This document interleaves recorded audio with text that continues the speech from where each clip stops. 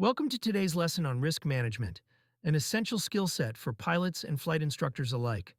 We'll be diving deep into understanding how to systematically identify, assess, and mitigate risks with a focus on aviation operations. Throughout this lesson, we'll reference key concepts from the FAA's Aviation Instructor's Handbook and apply practical techniques to everyday flight scenarios. Let's get started. Let's begin with the foundation. What exactly is risk management? Risk management is a decision-making process designed to help us perceive hazards, assess the associated risks, and determine the best course of action. The goal here is to proactively identify safety-related hazards and mitigate risks. Why is this important? Because flying always carries an inherent level of risk, and as pilots, it's our responsibility to keep that risk at an acceptable minimum. There are four key principles behind effective risk management. First, we never accept unnecessary risks. If a risk doesn't need to be taken to accomplish the mission, we avoid it. Second, we make risk decisions at the appropriate level. During flight operations, this falls to the pilot in command. Third, we only accept risks when the benefits clearly outweigh the costs. And fourth, we integrate risk management into every stage of planning, from pre-flight through landing and even post-flight. Managing risk is a continual, deliberate process that underpins safe aviation. Now let's walk through the risk management process step by step. Step 1 is hazard identification. A hazard is anything with the potential to cause injury, death, or damage to property. Spotting these hazards early is the first line of defense. For example, let's say that you are a low-time pilot and planning a cross-country flight. The last time you flew an airplane in strong crosswind was 6 months ago, and this time of the year, strong crosswinds may happen, so you have identified this as a hazard that could cause a problem when you come to land. Step 2 is risk assessment.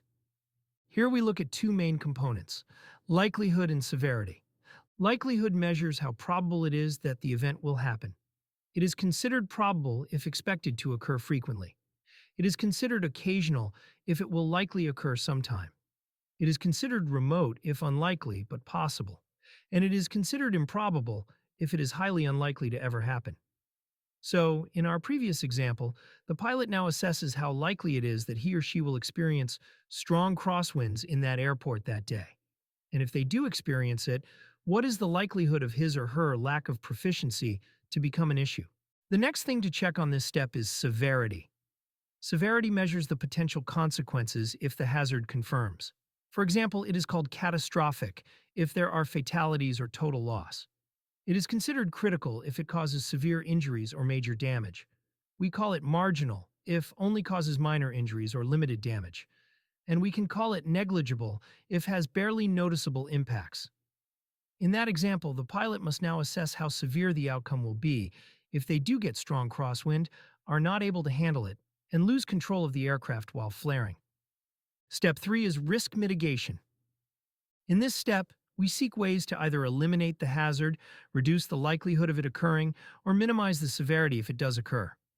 For example, can the pilot bring an instructor along? Are there other airports nearby that the pilot could divert to in order to get better wind condition? Is the runway long and wide enough in case the pilot loses control of the airplane?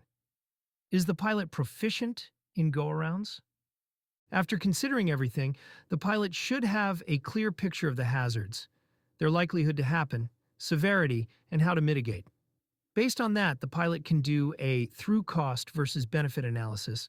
Ask themselves, does the benefit of continuing outweigh the risk involved? If not, it's time to rethink the plan. Sometimes it can be difficult to quantify the risks and make a solid go/no-go decision. That's why there are tools available to help with that. For example, we can use a risk assessment matrix, which is a simple grid that cross-references likelihood and severity to categorize the level of risk, which can be low, moderate, or high. Another powerful tool is the Flight Risk Assessment Tool, or FRAT. Before every flight, pilots can use the FRAT to quantify risks based on conditions like weather, pilot, mission complexity, and aircraft status. It works as a system of points, And when you get above certain points or certain colors, red, yellow, green, the risk might be too high to continue. These tools turn subjective judgments into objective scores. And like I mentioned previously, once we determine the level of risk, the focus turns to mitigation. Moderate and high risks require special attention. Mitigating actions can include bringing along a more experienced pilot, changing the flight destination, postponing the flight altogether.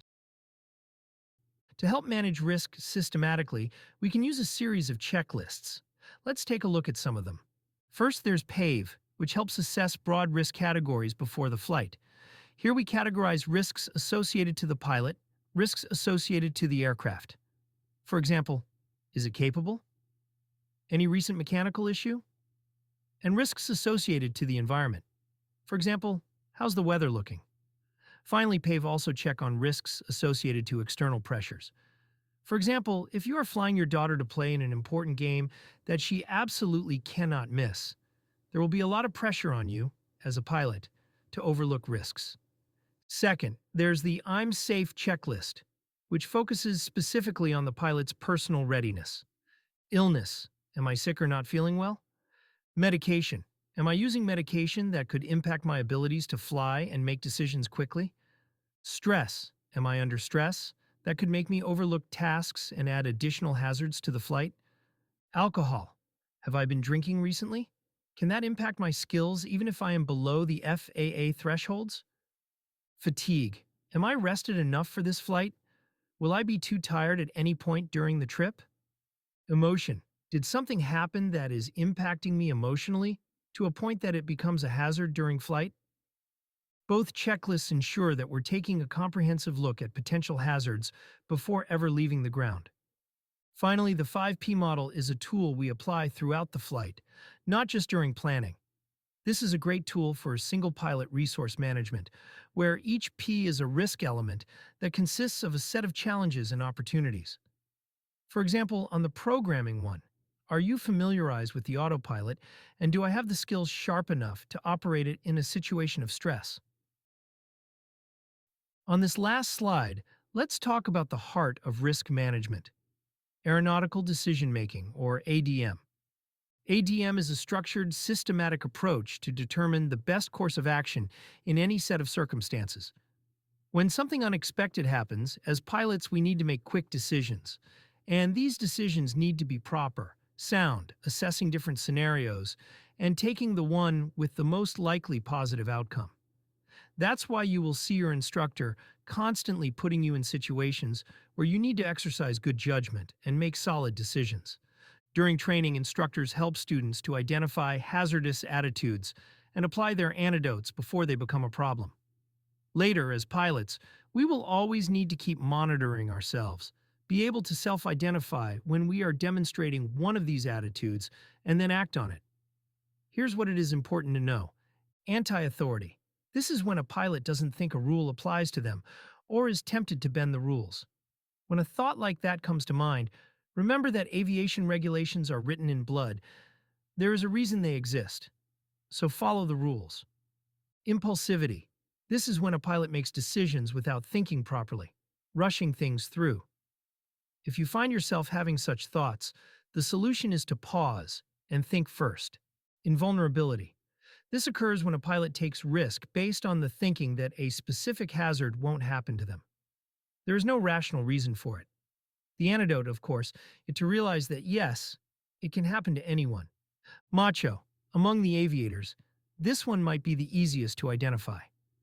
Pilots are usually driven by achievement, and this can be a problem if that means taking unnecessary risks just to prove that I can do it. Remember, taking chances is foolish. Resignation. This happens when a pilot feels helpless in front of a difficult situation and gives up.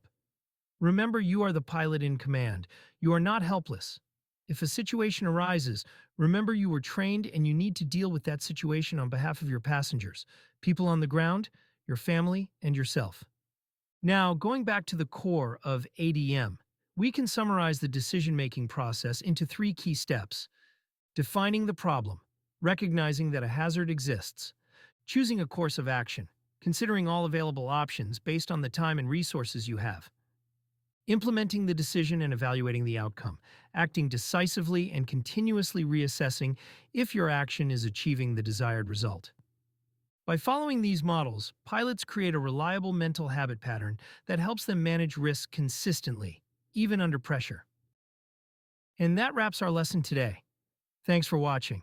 And if you like this content, please consider subscribing. This will help us create more lessons like this.